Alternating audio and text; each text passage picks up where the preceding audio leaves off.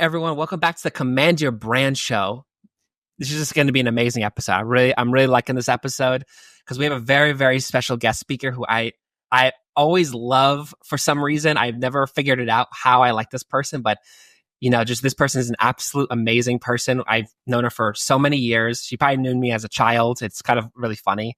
But I do want to talk to this person because she's actually, works with Command Your Brand. And, we never actually had a really deep dive conversation about the world of podcasting and how things work. So if you guys like this stuff, please like and subscribe to this and definitely, book a call. And I definitely like to hear from you guys on what you guys think.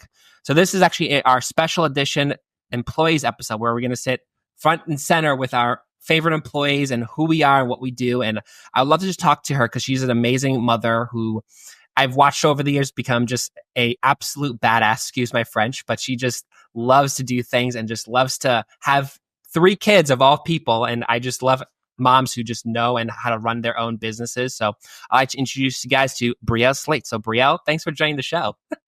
Thank you so much for having me, Josh. Yeah, I know it's a big introduction, right? Woohoo! Yeah. Yeah. No, I'm very excited. We get to talk all the time, but here we get to sit down and go over some fun things. So yeah. So I guess for people who just don't know maybe a little bit they know about you, but they don't know about you. So please just kind of like give a little background of who you are and just why you kind of went into PR.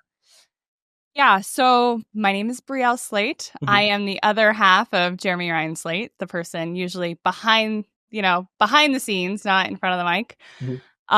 My background is actually the one who was in PR first. So I am the co-founder of Command Your Brand. I'm also the COO of Command Your Brand, behind the scenes again, usually making things work. But my background was in PR. I did go to school for PR. I have a communications degree. I have probably hundreds of extra hours in communications at this point. It is a passion of mine. So it is something that I've always loved, talking to people, being with people, getting the word out, because for me, that's the way that you really, get change going, make an impact, is by communicating about it and the things that you're doing, and also having fun while doing it. So yeah.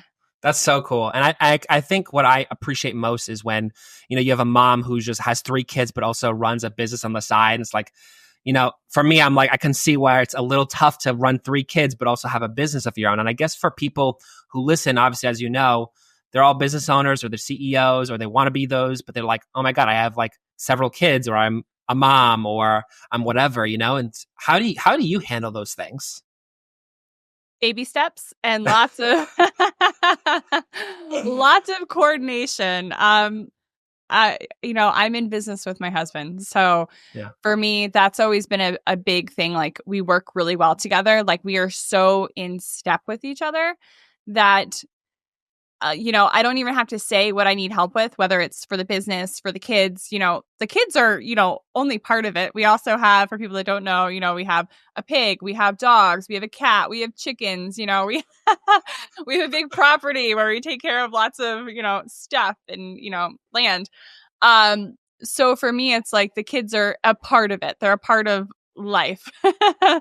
And we've always just tried to make the kids as involved with life as possible. We also homeschool. Wow. So that's a lot of fun, but they're also in the business, they're doing stuff with us, when we're going somewhere for a speaking event, or, when we're traveling and we have a podcast, or, their staff meeting, the kids they're a part of it. They know what's happening. They're getting grooved in on, okay, work is fun. Work is, something that you're doing with a purpose, and like, you're with people that you love. Like, I look at all of our staff for Command Your Brand, and everybody is like, they're my extended family. Like, the Silvestro clan is now, I think, starting to meld with the Slate clan. And it's really great. And being able to just kind of put all these different parts of life together and make it into one thing, instead of just, okay, I go to work 9 to 5, then I come home and see my family. It's, for me, it is all encompassing. It is family, work, and getting the stuff that we need to get done in between. Not to, like, there is help. Like we have help, which I couldn't do without help. So. Totally. Yeah. And it's cool. It's interesting. And I definitely appreciate this where, we all work together. We're all close. We're all family, even though we're all in different states or different places. We're all one family. We're one entity, we call it, right? We're all like helping each other. It's really amazing how fun it actually is when you actually do it, because some people like look at work as like, oh, it's a chore that I have to do because I need to put food on the table for kids or for yourself or whatever. But now this is actually a fun activity where people can just, do the things they love to do, where it's not going to be actually feel like it's work and it's actually tiring. You know what I mean? Mm-hmm. So it's one of the things I find that like people, and maybe you can chime in on this, was like, at some points there's a point where people are like, oh, it's exciting. And like, I'd like to do this, but all of a sudden it's now harder. Now it feels like it's actually work because I have to do it.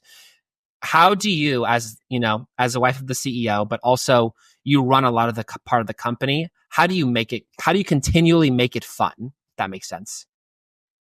And we have lots of games going. Like, I mean, sure, we sometimes have like company games and stuff like that, mm-hmm. But there's also games with just Jeremy and I. It's like, oh, let's have this, we have to work on this project. Okay, good. Well, how about we do that and then we get to take the kids to the park after? Or, so it's like there's a little reward after. Or we have this thing that we really don't want to be working on, but we need to get it done now. Yeah. So either, let's go to breakfast and work it out over breakfast, or something like that. So like, sure, there's things that you have to do because they're part of the business. You need to get them done. Sometimes they're not the most fun things. But we're always putting in like rewards for ourselves. So like there's something, and it's, it could be a coffee. Like I'm not talking like big rewards, but for me, that keeps me going. It's exciting. And without it, it's like, why are you doing it? It's like, you could either have the viewpoint of it's a drag and, I just have to do this, or let's do this and let's have fun doing it. So That's usually my viewpoint. Yeah, it's interesting too, because we're in a space where there's not a lot of people actually doing it, which is the podcast industry. And there's just so much happening right now, especially because, not to be too political, but we have an election that just happened. One of the key things they kind of mentioned was that podcasting really got the new elected president as, I'm president because of a podcast or being on podcasts. Yeah. Do you find that at some point in the future, could be even next year, could even be 2026, do you think there's going to be a very high success rate with podcasting? I think there already has been. Yeah. Hint, that's why we got into the industry. Yes. So my background, as I said, it was in PR, right? So I was working in-house doing PR for a medical clinic. And I was doing that for a few years, and we were doing all different types of media. We were booking radio, we were booking magazines, newspapers. Then we started booking these things called podcasts, and nobody else was doing it. They didn't even really talk about it in school. It was like, they were still talking about TV, all this stuff. So for this office, we had a placement.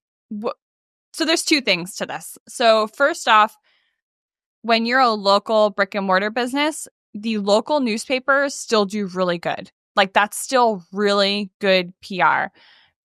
The big newspapers did nothing for us. Like we were in we're in New Jersey. We were in like the biggest newspaper in that area. It was like, okay, fine. Just like didn't really get a blimp. But then you're in the local newspapers, like the little free township ones. Those things were great because people are still reading those. We had at the time, we were actually on ABC News. We had a segment on ABC News. That was good. It was good for like internal PR, but it didn't really move the dial that much. And then we also had stuff in magazines. Those were fun to show, but there was really no like, incoming stuff from that. Then we started booking radio.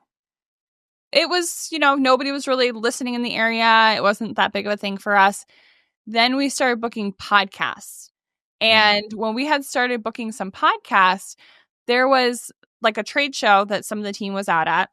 And somebody walks up to the sales team and literally handed them their credit card and said, here, I'm going to buy this program. It was a $10,000 program. There was no sales cycle. They said, I heard you on, a lot of people have heard of the show, EO Fire. This was circa 2016, I think, 2015, 2016. So they had heard him on EO Fire, and they literally hand him the credit card, say, I want to work with you. I'd listened to that whole episode. You're fantastic. Here you go. Wow. So I was like, wow. We've been doing all this different type of media, but that podcast, spending 30, 45 minutes, however long the episode was, with our owner, the person just handed over their credit card and was like, this is something I really, I trust this person. I know this person. Like there was no sales cycle. Yeah. So I was like, wow, that's really fascinating. So then we started doing other podcasts, and we were getting similar feedback. People who were actually listening to the episode, we were getting now inbound people responding and saying, oh, I heard you on this podcast. I listened to you here. And like they're spending all this time with the CEO, the owner. They feel like it's one-on-one. Mm-hmm. It's not just a 30-second ad that they see on, I don't know, social media or whatever, but they tune in, they listen to this full episode. And I was like, this is where it's at. Like, there's really something to that. Fast forward, 8-10 years later, and that's what won an election. Somebody listening to the now president for hours. And they felt like they then actually knew that person because they had heard all this other stuff. They heard all the sound bites, the 30-second clips, the 5-second memes, all this kind of stuff. They heard all that and they formed their opinion. And then when they actually listened to somebody and felt like they knew that person, that's when it's an election winner. So yeah, I think there's so much to be said for podcasts in the future. Yeah. I think it's kind of interesting. I read an article, I'm going to say, 6 months ago that said that I think by 2030, it's going to be a $6 billion industry or something crazy. And I was just like, wow, it's so wild to me just to think about how much money that just generates for, just not just podcasts, but also other people who want to invest in it. I think and people just are now having that realization of like the fact of, the media that they kind of listen to on TV and radio is actually not what people are listening to and they want to listen to. Now it's actually a real thing of like podcast is just a real conversation with real people, not just, it's a scripted thing of like, what should we say? What shouldn't we say? How should we say it? Now it's a real like raw conversation with one-on-one people. Yeah. You know what I mean? And I think that's what people appreciate, especially with that podcast about the elect president, was just people loved to hear the person for 3 hours, which they never hear 3 hours. They always hear the news of like what he's been saying and what he hasn't said or what he is saying. And they hear one sentence out of context. Right. They don't hear the full thing. So when you listen to what the person's actually saying, and podcasts have that room to really break stuff down and to get to know that person. Mm-hmm. It's powerful stuff. Yeah. Absolutely. I think it's such a crucial tool that people are sort of passing by, that they realize that they're like, this is something everyone should jump into because, not everyone's going to have a whole bunch of chances, but when the opportunity comes, everyone should just take it. Right. Yeah. Yeah. What do you find is the key? Because I know a lot of people who listen to this sometimes they can be scared or they're like uncertain about getting on podcasts because of either if it's the right show or if it's, if it's something they should actually be doing or if somebody else that should be doing, or if it's enough people that should be listening. Like, what do you say to those people who are afraid to actually get on podcasts and actually try it? Well, there's so many different facets to that. So the first thing is, if they're scared to do it, just do it. Start with the smaller shows. It's like when we're looking at working with a client, I'll just, do that as an example because that's what we work on every day. That's my life. If somebody hasn't been on a lot of podcasts before, we typically throw in what we call bonus shows that have a smaller reach. So in the beginning, they could kind of fumble a little bit, work out what it is that they're trying to say. Like, sure, we work with our clients, we drill with our clients, we practice, but until you're one-on-one with the podcast host, it's not like we can throw you every scenario, so it's like, okay, fumble your way through it a little bit, do a smaller show. You might be able to get something from that, like there could still be people listening that, will connect with it. So it's never wasted time. And then also you could take clips from that. You could do so much with that even a small show is worth your time. Then when you work up to bigger shows, because you've kind of gotten those jitters out, you've done some podcasts before, you feel more confident in it. And you've practiced. Really, the thing is just to practice. And that's why I say do smaller shows first before you just right out the gate try and get on, what everybody wants to get on, Joe Rogan. That's like everyone's favorite. Oh, I want to get on Joe Rogan. Like it's just. I think I would say 95% of our clients are like, yeah, can you get me on Joe Rogan? No, we've never booked Joe Rogan. Yeah. Not to say I won't try, right? Like if you're the right person, we know the people to get you there. But you have to be the right person. So it's like, you still have to, they have to see that you can even do it. Right. So you still have to practice and practice and practice. Right. So. And I guess for you, because, I would consider you probably a very top expert, if not the best in the industry. For people who are so unfamiliar with actually getting on podcasts, like what is the tips of actually getting on these shows? And you've dealt with so many of them because you've gotten so many people on podcasts. What do you find are like the successful, like the do's and don'ts that you'd say on getting on podcasts, like to get yourself on podcasts? Yeah, that's a really great question. So we have an insider perspective because we started out, my background was understanding the know-how of PR, right? And like, how do you approach media? So we always just took podcasts and go, okay, we're going to approach a podcast exactly like we're going to approach the New York Times, et cetera, et cetera. So you have to have the right pitch. You have to approach the host with what's in it for them because you want to make sure that there's value there. It's not just like, oh, my client sells the best widgets, so, they should talk about widgets. It's like, no, nobody's ever going to have you on. Nobody cares, right? Like why I don't care. But we want to make sure it's okay. Well, the show, this is what your show talks about, or this is the theme of your show. And this is why, this client can provide value to your show. But on the other side, we also have the podcaster's perspective, right? Because Jeremy had a podcast before we had Command Your Brand.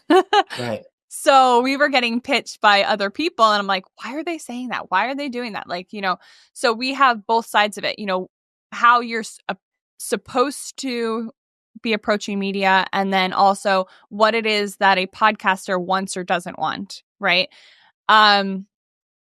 So what I like to do, I'll give you a big tip here for people pitching media.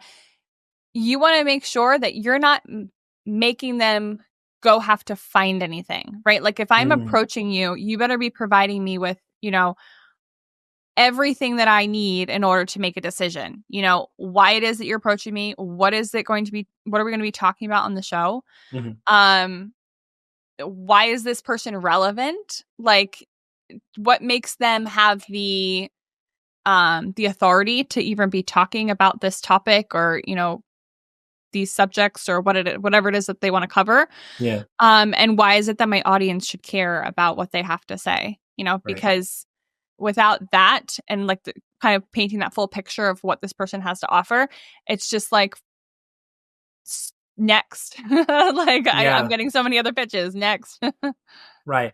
I think it's kind of interesting too, is I don't know if how much podcasts you listen to, but I found like when I was listening to some podcasts, like some people love to enter in their own like personal life and like other really random things about themselves or about what they love. Like, and it's sometimes it's a little weird. I find, I don't know if you've ever listened to some of those podcasts, but are there like things that you suggest people should not say when talking to podcasters or like they shouldn't dive into in terms of that podcast?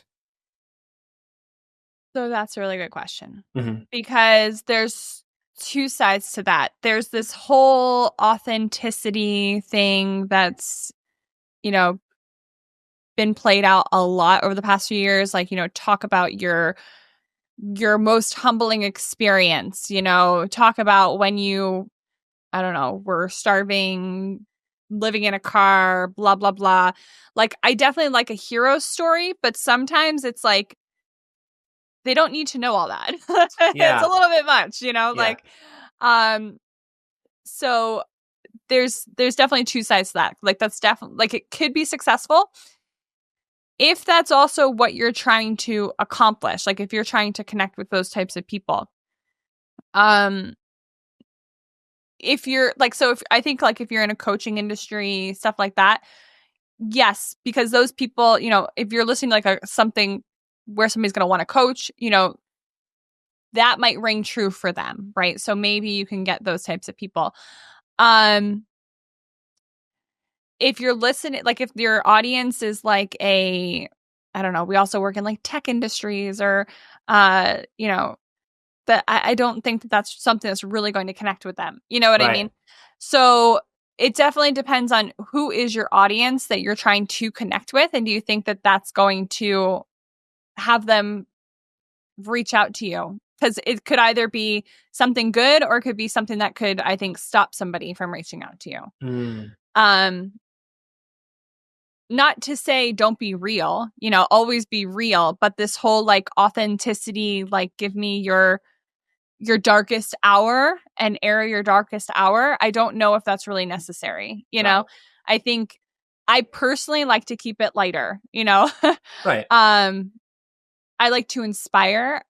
I like to look at the positive of things, not necessarily share. Yeah. Overshare. Yeah. There's an example I'll give. Like I was listening to a podcast. I think it was and my future brother-in-law kind of showed this to me, where it was like it's like a UFC, it's like a very popular UFC podcast, and he was talking about his experience with marijuana and like how it's just like his whole personal side about that. And it was just kind of like it almost like it really just turned me off, and like how actually he promoted that. It was just like I don't really need to know about all that whole history about how many times you smoked marijuana before the ring, after the ring. And it's kind of like, I just sensed that it was just like, not my place to be there. You know what I mean? So I kind of appreciate the fact that what people, especially CEOs and founders, are saying are not like, oh yeah, I did this when I was 5 years old. And I said, okay, this is what my life was like. You know what I mean? Yeah. I mean, that's also a way to, develop your audience, right? So like if you look at that, then you're probably not his audience. Right. You know what I mean? So he's actually really not trying to communicate to you. Because now he's turning you off and now you're going to go look somewhere else, right? So you want to make sure that when you are developing which type of things you're going to be sharing on a show, it's going to be something you want to connect with the people you want to reach. Right. Yeah. It's such a powerful tool too, because it's like you got to put yourself on the right audience with the right people who want to listen to that type of story.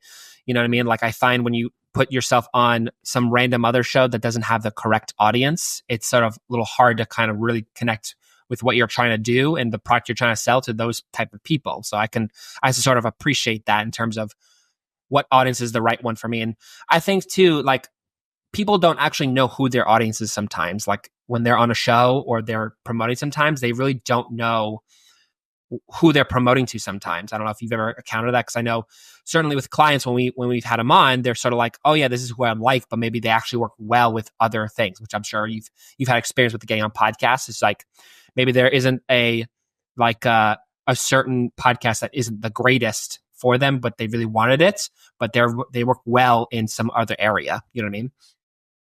Yes. So with that, I'm just like thinking this through here, because there might be an audience that isn't your audience. Like, so they're not going to be the listeners, right? But if you have a really good conversation with that host, you can now use that podcast episode to promote to your actual audience, right? Because now you can use that as content for your YouTube channel. You could use it as content for your social media. So although the listeners might not be the right listeners who are already, listening to that host, because you have a really great conversation, you now have this beautiful content piece that you could use in the future. Because I'm just thinking here, like example wise, right? So we get a lot of people who, let's say you're a business owner, right? And your audience is like, you're a business. Okay. I'm going to give an actual example here. So the podcast guest is in the finance industry. And let's say they help other businesses that are, startups and stuff like that. So they might just want to talk to startup podcasts.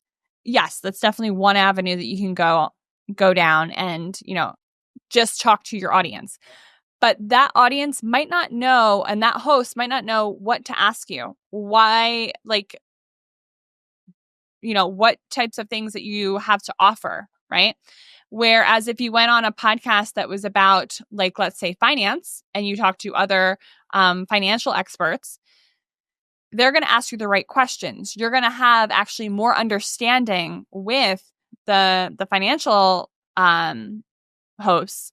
So then what you could do is you can now take that clip, and since they asked you all the right questions, you had a great conversation, you covered what it is that you want to be covering, you can now take those clips and promote directly to your audience of startups. So you could take those clips and promote it to startups.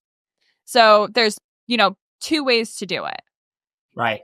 It's such a fascinating, it's like such an interesting like piece of information, because you're like, some people don't know this and actually how this whole works. And I think it's very cool what you provided was just like really good tools to help people to get on podcasts with the right audience. And it's like, sometimes they think they know their own audience, but they kind of don't sometimes, if that makes sense. Like, there's been people who are like, oh, I want to promote to these people, but it's actually these people that actually, respect you and want to buy your product the most. You know what I mean? Yeah. Yeah. So like, I guess for people who want to get on podcasts, do you find when obviously with the clients that you've helped over the years, are there clients that you found that were like promoting wrongly to the wrong audience and podcasting actually fixed that? Promoting to the wrong audience. Sorry, I'm kind of like chewing on this one. Yeah. I know that we definitely have. I'm trying to think of like an actual example of one. Yeah. I think that before you decide to do any campaign, whether it's for PR or marketing, you definitely should know who it is that you're trying to communicate to. Right. So with that being said, you should do some like surveys and stuff like that ahead of time, just so that you're talking their language, right? It's like if I was right now trying to be talking to, I don't know, other moms, right? Because I am a mom, right. But here we are just talking about podcasts and what it does for your business. It's really not going to land with other moms. Right. So you definitely should know the purpose, right? It's like what I do every day. It's like, I talk to business owners, right? It's like, what do business owners care about? What do founders care about? Which is very different than the mom audience. Like, right. I also have so much knowledge, for being a mom, and, I'm into a lot of holistic mom things, and I could go on probably for days. Like, that's more of like my passion and fun, but that's not necessarily like what I'd want to be going on podcasts to be promoting. Right. Right. So definitely knowing who it is that you want to be talking to, because I could have spent, we could be having a conversation right now on what's the best diapers to use. And I don't think that, I don't think that my audience would really care about that, right? Like, right. Yeah. So anyways, definitely knowing who it is that you want to be talking to, so that you can be talking about the right things, because you might have a lot of interest. Most people are, more than one dimensional. So yeah. It was kind of interesting too, was I forgot who I interviewed on here before. They were like, they have so many interests in different things, but like their prime focus is to get on podcasts for this specific reason. And it's really funny. It's just like, people have a lot of interesting things, but you have to almost, when you're doing things, you have to stay on one topic, if that makes sense. Yeah, definitely. Yeah. And very quickly, I mean, you could start going down, different channels. And then you're like, okay, so I just spent, 15 minutes talking about this other hobby of mine, horseback riding. Yeah. And here we are. And, we're not covering any of my key messages, right? So that's another important thing that we work with clients is what are these key messages that you want to be focusing on? And we usually come up with 3 to 5 talking points. This is, so if we start to talk about this conversation, this topic, then we're going to be going down the right lane for, the people that I want to be communicating to for this purpose. These are the key messages that we're trying to hit. And you want to be trying to hit it over and over and over again on the podcast, say it in different ways. So that, maybe the first time you mention it on the show, they might not click, but then they hear it said a different way or with a different example. And then they finally go, oh, okay, now I understand what they're talking about. And they go to that person. So you want to make sure that you're staying on topic with 3 to 5 topics. If you're talking for a 30 to 45 minute podcast, those are really the things you want to be trying to hammer home. Totally. And I usually ask this of people, whoever comes on the podcast, because I'm always curious and I would love to hear stories like this. Do you have any story that you found? I think the first one you said was really, really good. Is there any particular story that you have that was just like, wow, I really just helped this person with what we did? And I think this totally changed my perspective on things. My first client. Yeah, our client number 1 for Command Your Brand. We were actually a different company at that time. Before we rebranded. Yeah. And our first client, he was amazing, right? He was, this is way back in the day, we sold much smaller packages, but he was like this, he was in social media marketing for real estate. So he just worked with real estate agents and he went on 8 podcasts. That was his whole campaign. Normally now we do a whole year and we typically do 24 podcasts because we feel that in order to actually move, we found, he was a great study on his own, but he was like, most people don't compare to him. Yeah. To be honest, I mean, he was just like such a great communicator. He really knew his stuff. And he also is very well known in his industry as well. So, now we do 24 shows because within those 24 shows, you have time to work out your messages. You have time to, hit different variations of what it is that you want to be covering. So going back to this guy, 8 shows, 6 months, and he made $500,000 off of one of those 8 podcasts. Wow. And what he had done was he had taken the podcast episode, the one that he thought was really great, and he started using that in Facebook ads, right? So we have this as a tip in our course, and we tell people about it and blah, blah, blah.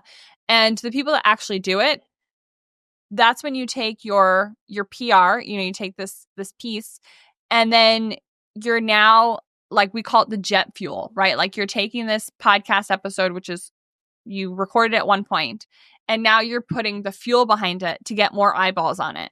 And you can now exponentially control that message that you were trying to communicate. So when he did that so successfully, he actually to this day, we're in contact with him. We're like, oh, we should do another campaign. He's like, yeah, but I have so many shows that are still to this day coming to me. Yeah. Because that PR then started doing its own PR and it just started taking on these extra legs. And that's one of a problem that we have is, once people start hearing you on a podcast, then other people are like, oh, wow, I want to have that person on, right? So what we started doing internally is then it started becoming oh, well, who's getting this show, right? So we just tell our clients, listen, if somebody comes to you because they now want to have you on their podcast, you got that placement, that extra placement, but we also logistically don't want to be, reaching out to that show or stuff like that. So we actually still run all the coordinating points just so there's no extra confusion, but we just consider that a bonus because it's this PR piece now got you other PR pieces. Right. I think one of my favorite ones too, I don't know if you remember this person, but we had a guy who was on, I think we got him on so many shows that his friends were calling him was like, dude, I can't get you out of my feed on Facebook or like Instagram or YouTube. Like you're always in everything. Like every time I scroll, it's always you. Yeah.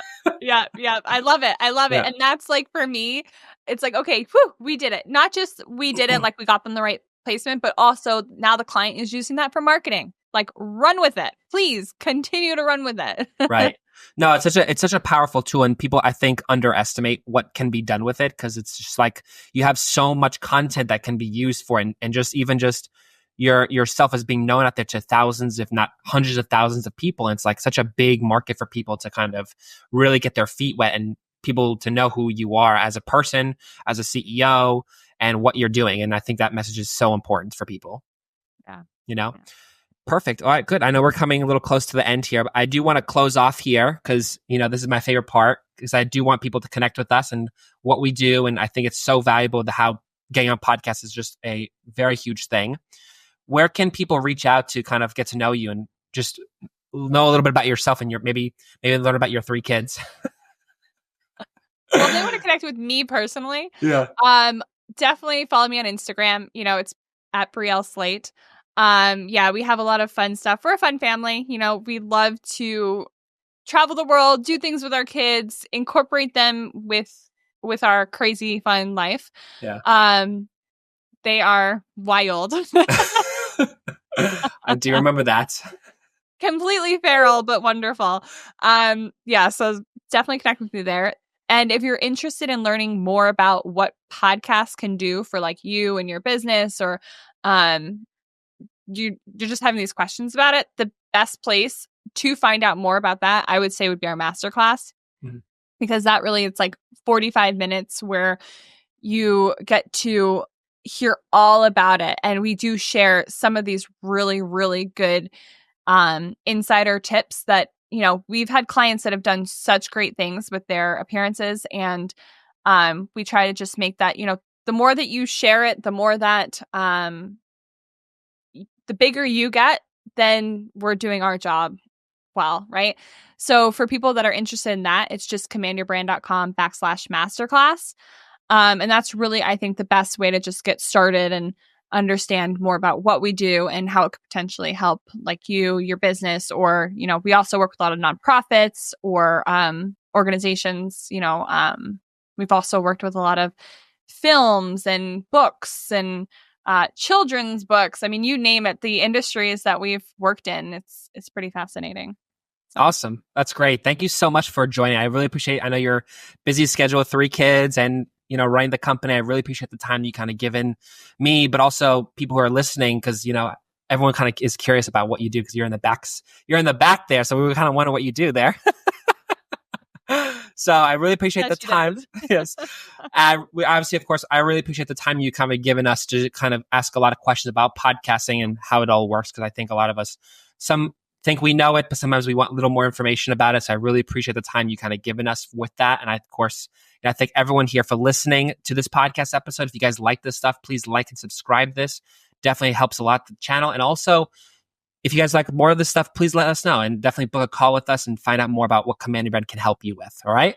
And Brielle, thank you for joining the show. Thank you.